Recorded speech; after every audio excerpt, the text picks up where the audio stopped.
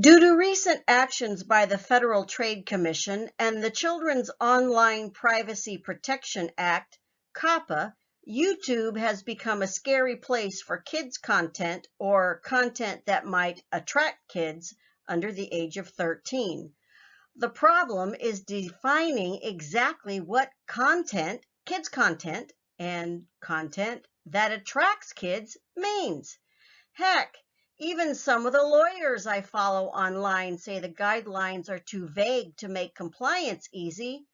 It's possible that simply reporting or mentioning things like recreation department activities, color run, Easter egg hunt, trunk or treat, street fair, etc., or police department related items like the Explorers Club, Cops for Kids, National Night Out, neighborhood visits, etc., parades, murals, Livingston Youth Football, Livingston High School Athletics, and so on could be caught up in YouTube's AI sweep for kid attractive content. That would not be a good thing. It's a nightmare for creators now.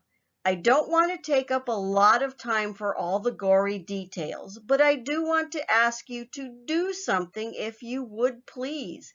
In the description below this video, there is a link to a petition to save family-friendly content on YouTube. Please, please, please sign it. There is also a link to the FTC comment page and links to help you out if you don't quite know what to say.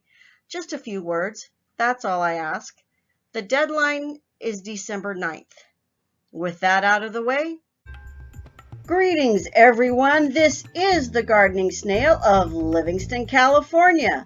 If you're interested in what's happening at City Hall, among other things, or just want to keep track of what our local politicians are up to, welcome to the channel. If you haven't already, please subscribe and hit the bell icon so you're notified when future videos are uploaded. How the Council voted at the November 19th, 2019 City Council meeting.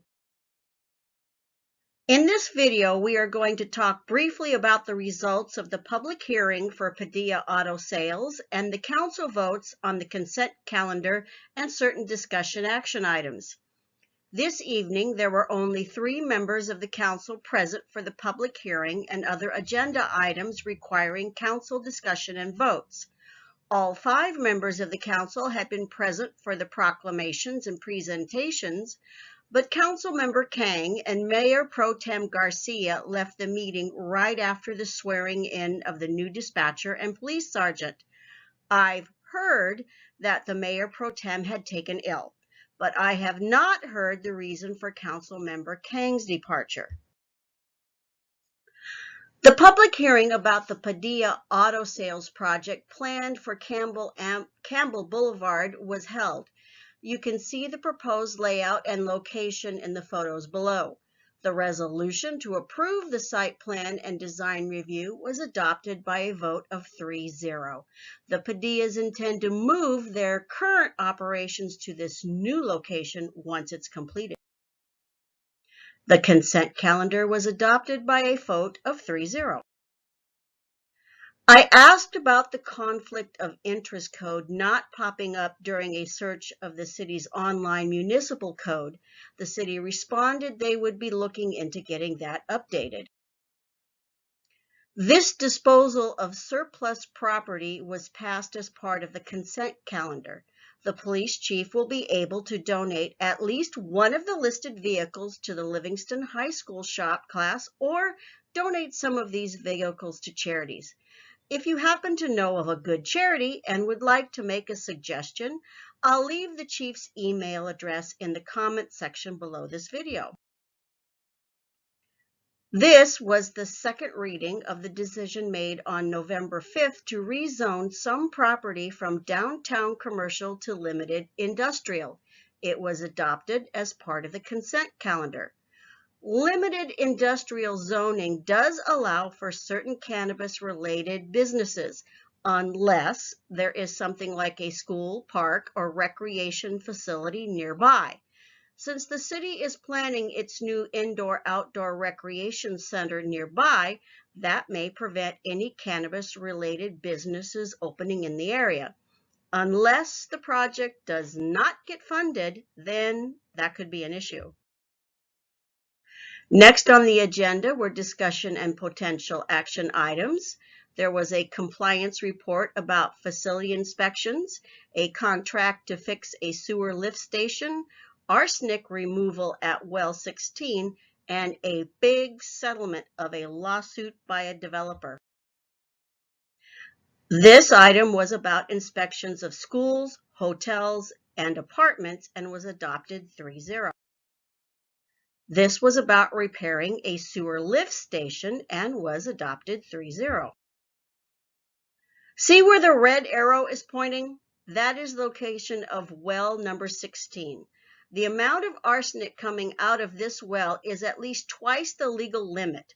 It has a filtration system on it that reduces the amount of arsenic to below the maximum contaminant level allowed by law. However, the filtration media was becoming exhausted and needed replacing.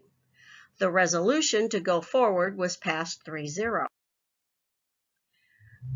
This is about some litigation that has been going on for quite a while.